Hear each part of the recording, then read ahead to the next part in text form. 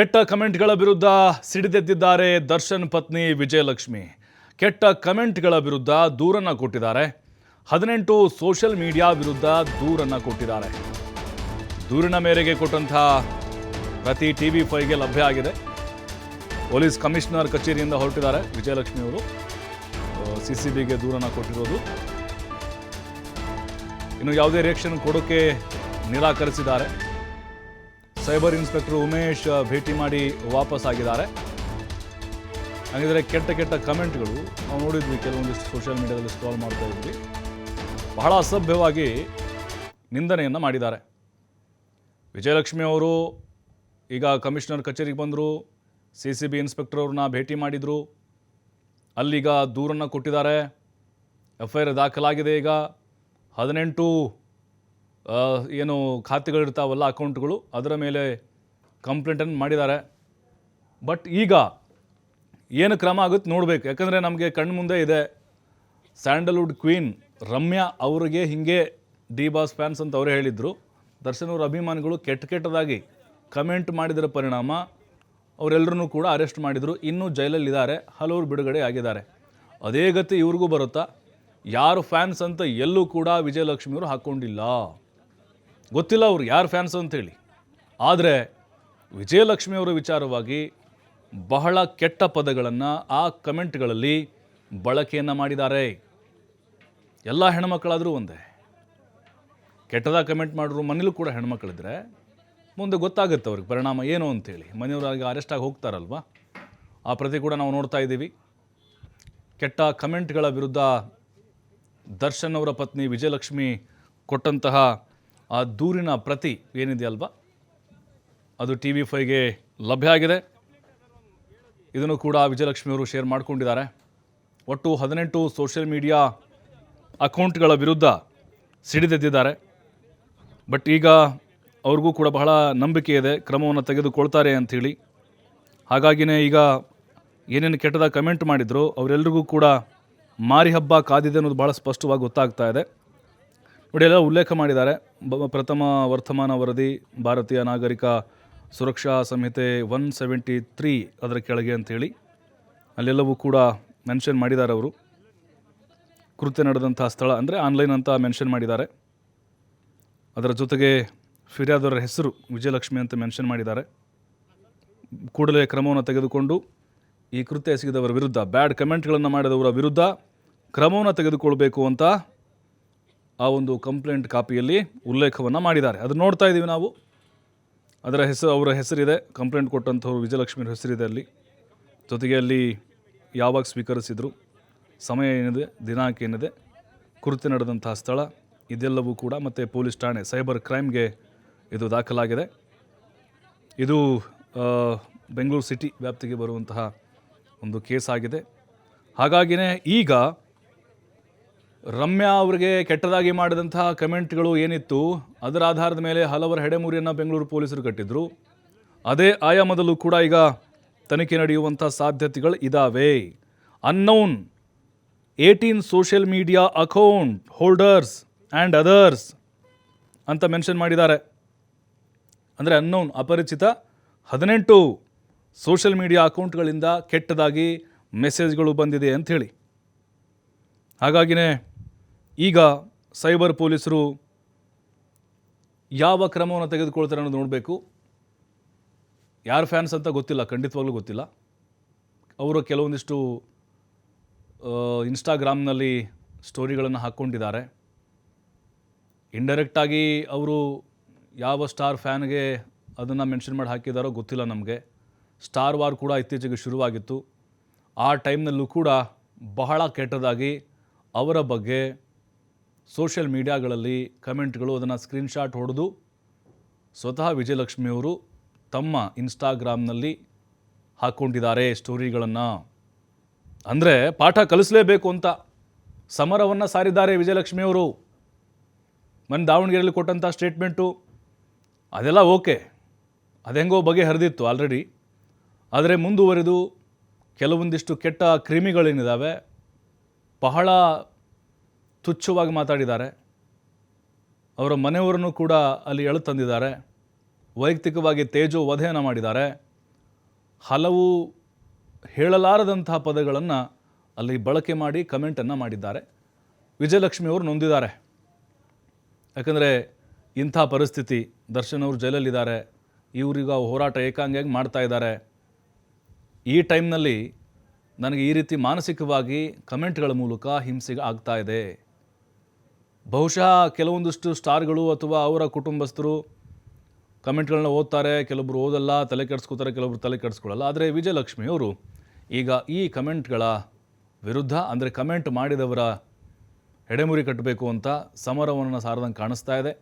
ಒಟ್ಟು 18 social media ಖಾತೆಗಳ ಮೇಲೆ ದೂರನ್ನು ಕೊಟ್ಟಿದ್ದಾರೆ. ನಮಗನ್ನಿಸ್ತಾ ಇದೆ ಖಂಡಿತ ಇವರನ್ನು ಬಂಧಿಸ್ತಾರೆ ಅಂಥೇಳಿ.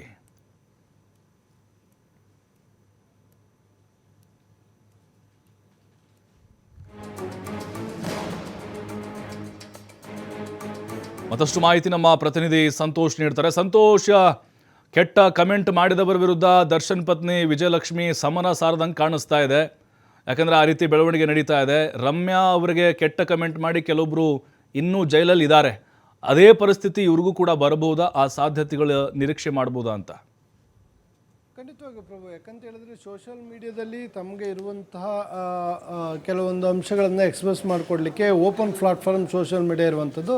ಅದು ಉಪಯೋಗ ಮಾಡ್ಕೊಳ್ಳೋಕ್ಕಿಂತ ಅನುಕೂಲಕ್ಕಿಂತ ಅನಾನುಕೂಲ, ಅಂದರೆ ದುರುಪಯೋಗ ಆಗುವಂಥ ಕೆಲಸಗಳೇ ಇಲ್ಲಿ ಹೆಚ್ಚಾಗ್ತಾ ಇರುವಂಥದ್ದು. ಈ ಹಿಂದೆ ಕೂಡ ನಾವು ನೋಡಿದ್ವಿ, ರಮ್ಯಾ ವಿರುದ್ಧ ಕೂಡ ಇಂಥ ಸೋಷಿಯಲ್ ಮೀಡಿಯಾಗಳಲ್ಲಿ ಕಮೆಂಟ್ಗಳನ್ನು ಹಾಕಿದಂಥ ಸಂದರ್ಭದಲ್ಲಿ ಅವರು ಮುಂದೆ ಬಂದು ದೂರನ್ನು ಕೊಟ್ಟರು. ದೂರು ಕೊಟ್ಟಂಥ ಸಂದರ್ಭದಲ್ಲಿ ಪೊಲೀಸರು ಸುಮಾರು 10ಕ್ಕೂ ಅಧಿಕ ಮಂದಿಯನ್ನು ಅರೆಸ್ಟ್ ಮಾಡಿದ್ರು. ಇನ್ನು ಕೆಲವರು ಊರು ಬಿಟ್ಟೆ ಓಡಿ ಹೋಗಿದ್ದಂಥದ್ದು. ಪೊಲೀಸರು ಯಾವಾಗ ಬೇಕಾದ್ರೂ ಬಂಧನವನ್ನು ಮಾಡಬಹುದು ಅಂತ. ಈಗ ಅದೇ ರೀತಿಯಲ್ಲಿ ಏನು ನಟ ದರ್ಶನ್ ಅವರ ಪತ್ನಿ ವಿಜಯಲಕ್ಷ್ಮಿ ಬಂದು ಈಗಾಗಲೇ ಪೊಲೀಸ್ ಆಯುಕ್ತರ ಕಚೇರಿಗೆ ಭೇಟಿ ನೀಡಿ ಸೈಬರ್ ಪೊಲೀಸರನ್ನು ನೀಡಿ ದೂರನ್ನು ಕೊಟ್ಟಿರುವಂಥದ್ದು.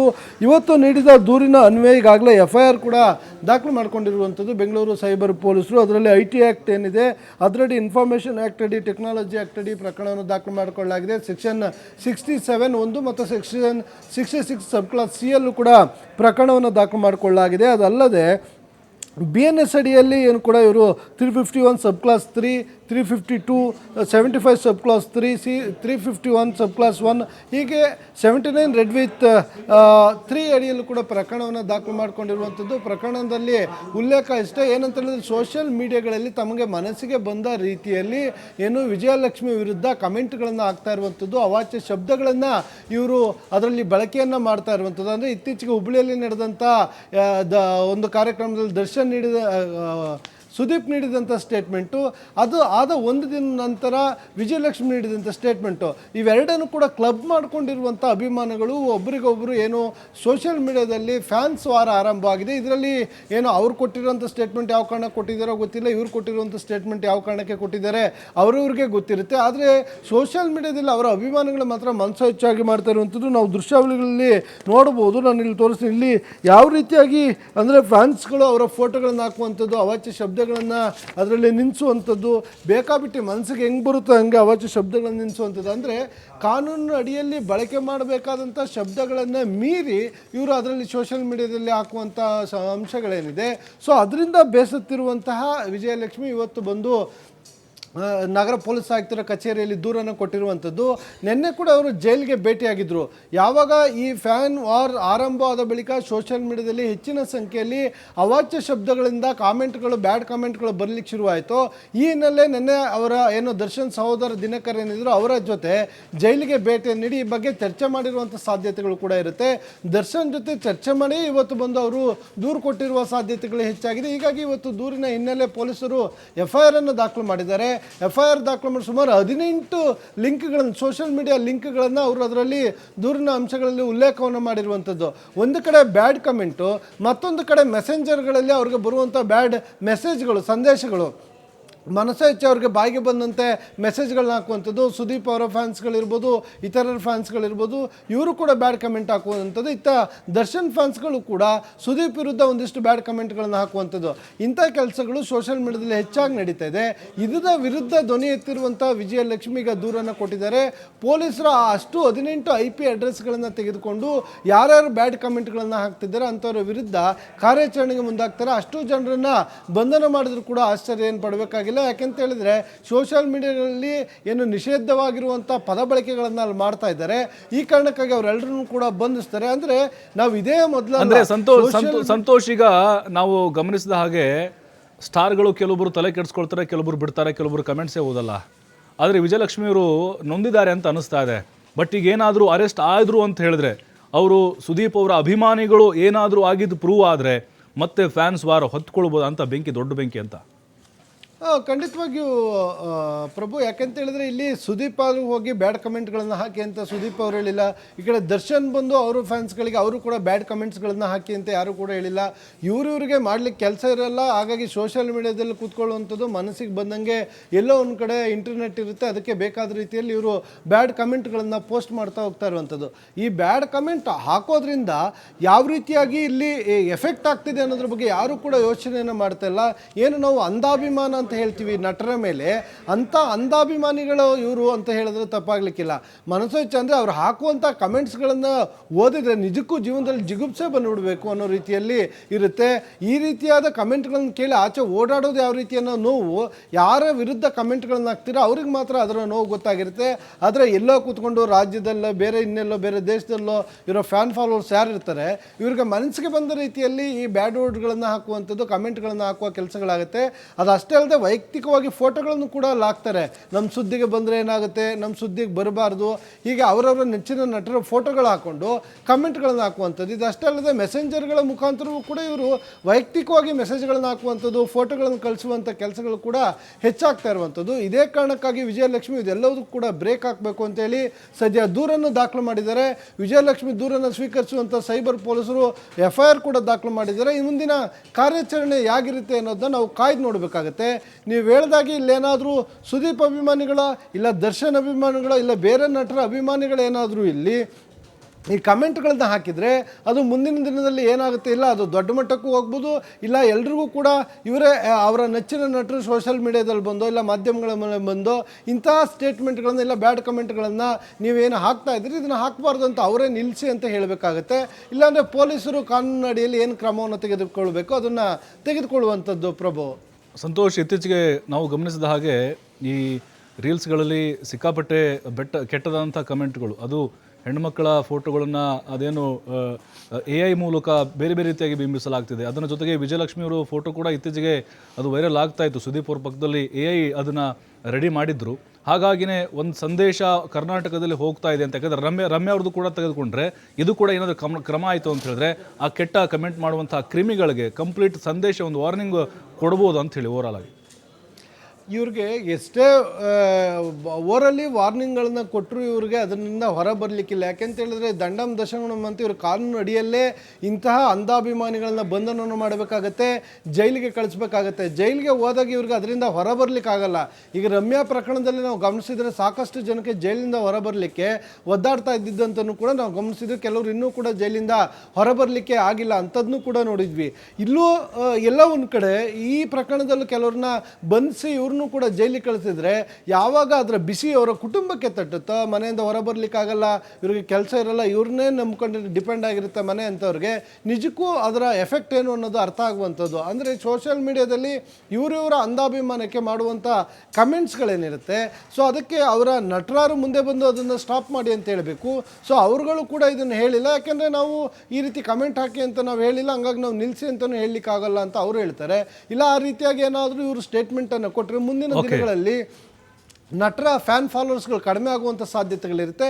ಹೀಗಾಗಿ ಅವರು ಜಾರಿಕೊಳ್ಳುವ ಪ್ರಯತ್ನವನ್ನು ಮಾಡಿದರೆ ಸೋಷಿಯಲ್ ಮೀಡಿಯಾದಲ್ಲಿ ಎರಡು ನೆಚ್ಚಿನ ನಟರ ಒಂದು ಫ್ಯಾನ್ಸ್ಗಳೇನಿರ್ತಾರೆ ಅವರು ಫ್ಯಾನ್ಸ್ ವಾರನ ಇದೇ ರೀತಿಯಾಗಿ ಕಂಟಿನ್ಯೂ ಮಾಡ್ತಾ ಇರ್ತಾರೆ. ಇದಕ್ಕೆಲ್ಲದಕ್ಕೂ ಕೂಡ ಸೈಬರ್ ಪೊಲೀಸರ ಅವ್ರನ್ನ ಬಂಧನದ ಮುಖಾಂತರ ಬ್ರೇಕ್ ಹಾಕಬೇಕಾಗುತ್ತೆ. ಪ್ರಭು, ಥ್ಯಾಂಕ್ ಯು ಸಂತೋಷ್ ತಮ್ಮೆಲ್ಲ ಮಾಹಿತಿಗಾಗಿ. ಈಗ ನೋಡಬೇಕು ಯಾರು ಕಮೆಂಟ್ ಮಾಡಿದ್ದು ಅಂತ. ಈಗ ಸುದೀಪ್ ಅವ್ರ ಹೆಸರಿರುತ್ತೆ, ಸುದೀಪ್ ಫ್ಯಾನ್ ಪೇಜ್ ಅಂತ ಇರುತ್ತೆ, ಅಥವಾ ಅವ್ರ ಫೋಟೋ ಪ್ರೊಫೈಲಲ್ಲಿ ಇರುತ್ತೆ, ಅವರ ಅಭಿಮಾನಿಗಳೇ ಮಾಡಿದ್ದಾರೆ ಅಂತ ಇಲ್ಲಿ ಹೇಳೋಕ್ಕಾಗಲ್ಲ. ಯಾಕಂದರೆ ಅದು ತನಿಖೆ ಆಗಬೇಕು. ಆತ ಯಾರಿದಾನೋ ಅವನು ಪತ್ತೆ ಹಚ್ಚಬೇಕು, ಅವನು ವಿಚಾರಣೆ ಮಾಡಬೇಕು. ಅಥವಾ ಇಲ್ಲಿ ದಿನಕರ್ ತೂಗುದೀಪ್ ಏನಿದ್ದಾರೆ, ಅಥವಾ ಅಲ್ಲಿ ಡಿ ಬಾಸ್ ಅವರ ಫ್ಯಾನ್ಸ್ ಏನಿದ್ದಾರೆ, ಅವ್ರ ಅಕೌಂಟ್ ಇತ್ತು, ಅಲ್ಲಿ ಹೆಸರಿತ್ತು ಅಂತ ಹೇಳಿದ್ರೆ ಅವ್ರನ್ನೇ ನಾವಿಲ್ಲಿ ಅವರೇ ಮಾಡಿದ್ದು ಅಂತ ಅಷ್ಟು ಕಡಾಖಂಡಿತವಾಗಿ ಹೇಳೋಕ್ಕಾಗಲ್ಲ. ಇವೆಲ್ಲವನ್ನು ನೋಡ್ತಾ ಇದ್ದರೆ ಇದಕ್ಕೆ ಆದಷ್ಟು ಬೇಗ ಇತಿಶ್ರೀಯನ್ನು ಪೊಲೀಸರು ಹಾಡಬೇಕು.